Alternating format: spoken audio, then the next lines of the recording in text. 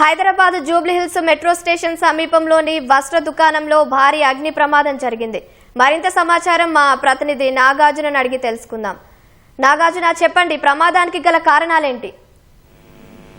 అగ్ని ప్రమాదానికి short circuit లేకపోతే అక్కడ రెనోవేషన్ జరుగుతుంది. కొన్ని రోజులుగా ఆ షాపు కొన్ని రోజులుగా మూసివేసి ఉంచారు. రెనోవేషన్ పనులు కొనసాగుతున్నట్టుగా అక్కడ ఉన్నటువంటి చెప్తున్నారు. సో అయితే ఈ ఘటనకు సంబంధించినటువంటి ఫైర్ ఫైటింగ్ మొత్తం పూర్తి అగ్ని ప్రమాదానికి గల కారణాలు తెలిసే అవకాశం ఉంది.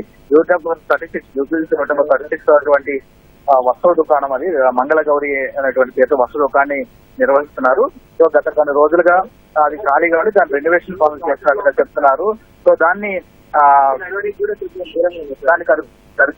గత కొన్ని రోజులుగా రెనోవేషన్ పనులు కొనసాగుతున్నాయి. సో ఇందులో భాగంగానే ఈ రోజు ముందుగా ఉన్నటువంటి ఒక దుకాణానికి ముందుగా ఉన్నటువంటి ఒక గోపురం సెటప్ ఏదైతే ఉందో దానికి మంటలు అదుపుకొని భారీగా కింద నుంచి పై వరకు మంటలు వ్యాపించాయి. సో వాటినన్నింటినీ గమనించినటువంటి అక్కడ స్థానికులు వెంటనే ఫైర్ సిబ్బందికి సమాచారం అందించారు.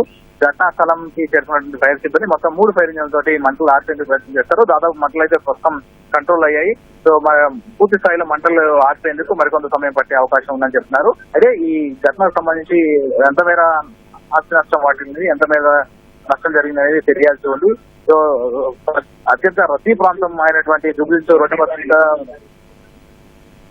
అత్యంత రద్దీ ప్రాంతమైనటువంటి జూబ్లీహిల్స్ రోడ్ నెంబర్ 36 ఉన్నటువంటి ప్రమాదం జరుగుతుంది. భారీగా ట్రాఫిక్ జామ్ అయింది. రెండు వైపులు కూడా జూబ్లీహిల్స్ పెద్దమ్మ తల్లి టెంపుల్ వైపు వెళ్ళేటువంటి రోడ్డు, మరోవైపు ఇక్కడ అటువైపు నుంచి ఇటువైపు వచ్చేటువంటి మార్గాల్లో, 2 మార్గాల్లో కూడా భారీగా కిలోమీటర్ మేర ట్రాఫిక్ నిలిచిపోయింది. సో ట్రాఫిక్ పోలీసులు ఒకవైపు ఫైర్ సిబ్బంది ఫైర్ ఆపుతారు, మరొక ట్రాఫిక్ పోలీసులు ట్రాఫిక్ క్రమబద్ధీకరిస్తారు. అక్కడ భారీగా ఈ ఫైర్ చూసేందుకు కొంతమంది ఇక్కడ సమీపంలో వచ్చే వాళ్ళందరినీ కూడా పోలీసులు నిర్వహిస్తున్నారు. జూబ్లీహిల్స్ పోలీసులు అక్కడ ఘటనా స్థలం నుంచి చేరుకుని మొత్తం క్రమబద్ధీకరిస్తున్నారు. సో ట్రాఫిక్ క్రమబద్ధీకరిస్తున్నారు. సో దీనికి సంబంధించినటువంటి వివరాలను, అంటే ఇప్పుడు ఈ వివరాలను మరి ఫైర్ ఫైటింగ్ అయిన తర్వాత పూర్తి వివరాలను మనకి అందించే అవకాశం ఉంది. ప్రస్తుతానికైతే ఈ ఫైర్ సిబ్బంది 3 ఫైర్ ఇంజన్ల సహాయంతో మంటలను అదుపు చేస్తున్నారు.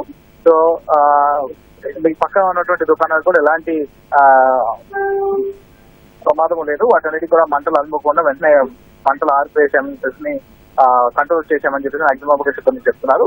సో రద్దీ ప్రాంతం కావడంతో ఇక్కడ పక్కపక్కనే షాపులు, దుకాణాలు అన్ని కూడా పక్కపక్కనే ఉండటంతో ఇంత భవనాలు కూడా మంటలు వ్యాపిస్తాయని మొదట అనుకున్నారు. కానీ వెంటనే ఫైర్ సిబ్బంది సకాలం స్పందించి ఘటనా స్థలానికి చేరినతో పూర్తి స్థాయిలో మంటలు అదుపులోకి వచ్చాయనేటువంటి విషయాన్ని చెప్తున్నారు. సో మరోవైపు ఫైర్ సిబ్బంది ఇప్పుడు ఉన్నటువంటి ఈ పూర్తి స్థాయిలో ఫైర్ ని కంట్రోల్ చేశారు. మరికొద్ది సేపట్లో, అంటే కొన్ని పొగలు మాత్రమే ఇప్పుడు ఈ దుకాణం వద్ద దుకాణాన్ని వస్తున్నాయి.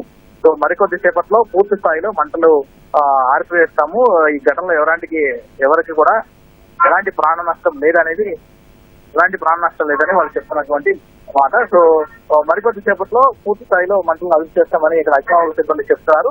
సో ఘటనా స్థలం వద్ద కూడా ప్రజలను ఎవరిని కూడా అనుమతించలేదు. ఎందుకంటే మంటలు దాటికి హెవీగా ఇక్కడ మంటలు వస్తాయి కాబట్టి వాటిని కూడా కంట్రోల్ చేసేందుకు కూడా ఈ ట్రాఫిక్ కొంతమేర నిలిపి ఈ ఫైర్ సిబ్బంది అంతా కూడా వాటిని కంట్రోల్ చేస్తారు. కాబట్టి పోలీసులు కూడా వాటికి ఫైర్ సిబ్బందికి సహకరిస్తున్నారు. కొన్ని రూట్లని డైవర్ట్ చేశారు. రోడ్ నెంబర్ 36 ప్రాంతం కాబట్టి భారీగా ఈ ట్రాఫిక్ జామ్ అవుతుంది. కాబట్టి కొన్ని నుంచి కొన్ని వాహనాలు కూడా ట్రైన్ కూడా మూవ్ చేయడం జరిగింది. ఇది ఇక్కడ ఉన్న తాజా పరిస్థితి. ఘటనా స్థలంలో ఫైర్ ఫైటింగ్ కొనసాగుతుంది. ధన్యవాదాలు నాగార్జున.